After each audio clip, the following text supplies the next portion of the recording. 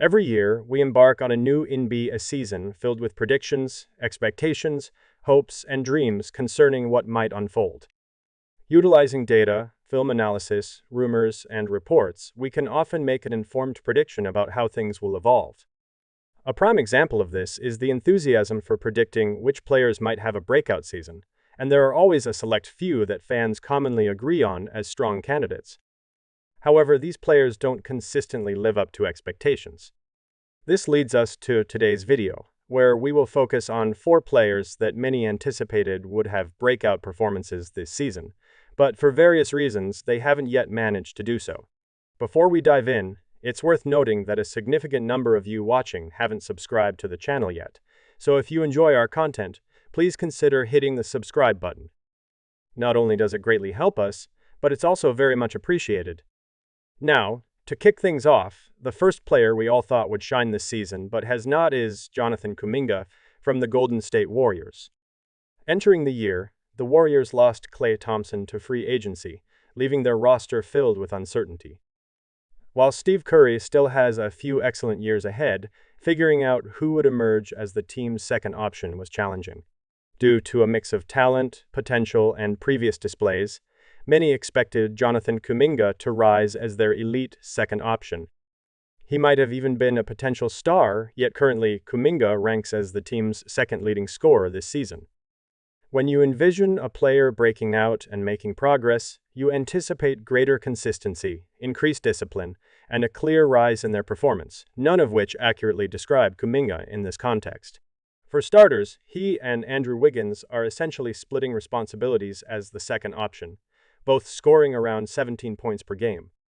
Additionally, Kuminga still primarily serves as the team's sixth man, having only started 10 games this season. Despite his scoring abilities, he struggles to gain coach Steve Kerr's confidence to play a larger role due to mental lapses on defense and a sporadic lack of effort. He will have games with over 30 points, captivating fans and rekindling hopes.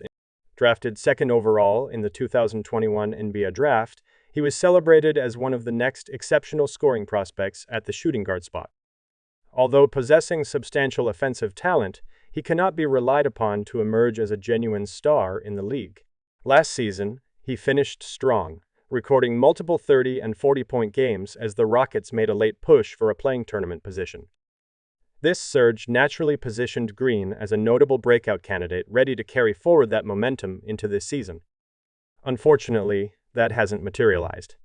Throughout his career, Jalen Green has displayed remarkably promising flashes, but remains an erratic shooter who often takes poor shots and struggles with efficiency. He has also been a defensive liability, and his decision-making is often questionable.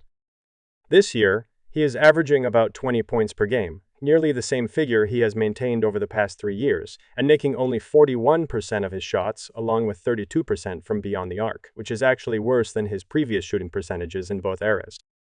In the field, and from three-point range, he's regressing in important categories, and in other areas, he hasn't made nearly enough of a leap, if any, to justify living up to that preseason hype. The next player who didn't break out this year, after being viewed by many as a prime candidate, is Josh Giddey of the Chicago Bulls. Giddey has been somewhat of a controversial figure in the NBA over the last 2 years. But concentrating solely on basketball, it became evident that his skill set couldn't be fully utilized in Oklahoma City alongside Shai Gilgeous-Alexander. When the Thunder traded him to Chicago, which really needed playmaking in their backcourt, the fit looked very promising. He's been the starting point guard for the team all year, with less pressure as he joins a group that is eyeing a potential tank. Despite having every chance to take on a larger role, he, too, has largely remained the same player he's always been while disappointingly regressing in key areas. Giddey is averaging a career-low 12 points per game, continuing to struggle to find ways to be consistently effective as a scorer due to being a below-average three-point shooter. Additionally, he's not the most innovative ball handler, typically keeping his play simple and safe, which can be beneficial in playing smart. But it feels unmotivating when that essentially restricts you to being a supplementary player, while simultaneously needing to function as a primary ball handler. To make an impact, he's a sizable guard who secures numerous rebounds for the position and averages around 7 assists per game, yet being in a different role and still experiencing difficulties in becoming a standout player, even years into his career, leads us to think that he may have reached his limits at this stage. And lastly, the Finns. Our player, who couldn't emerge after starting the year in an excellent situation to do so, is Mark Williams of the Charlotte Hornets. Mark Williams was a lottery selection in 2022, joining the Hornets team that hasn't truly found a dependable solution at the center position for a considerable period. He's an imposing 7-footer with remarkably explosive athleticism for a player of his stature defensively.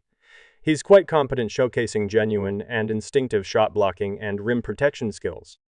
And he brings the attributes of a modern rim-running big man who effectively executes the pick-and-roll, refrains from taking poor shots on offense, and finishes efficiently near the rim. The downside, however, is that he has struggled with staying healthy, which has hindered his progress significantly.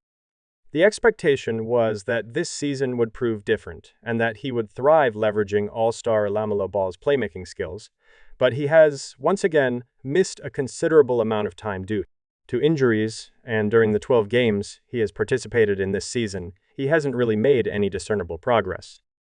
Everything I mentioned about him at the start of this segment remains accurate.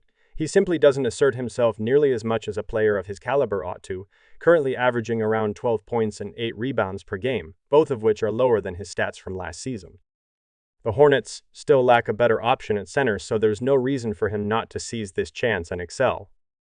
However, he's not managing to truly make an impact. That's all I have for you today. Please like the video, subscribe to the channel, and comment below on which players you expect to break out this season. Thanks for watching, and I'll see you all next time.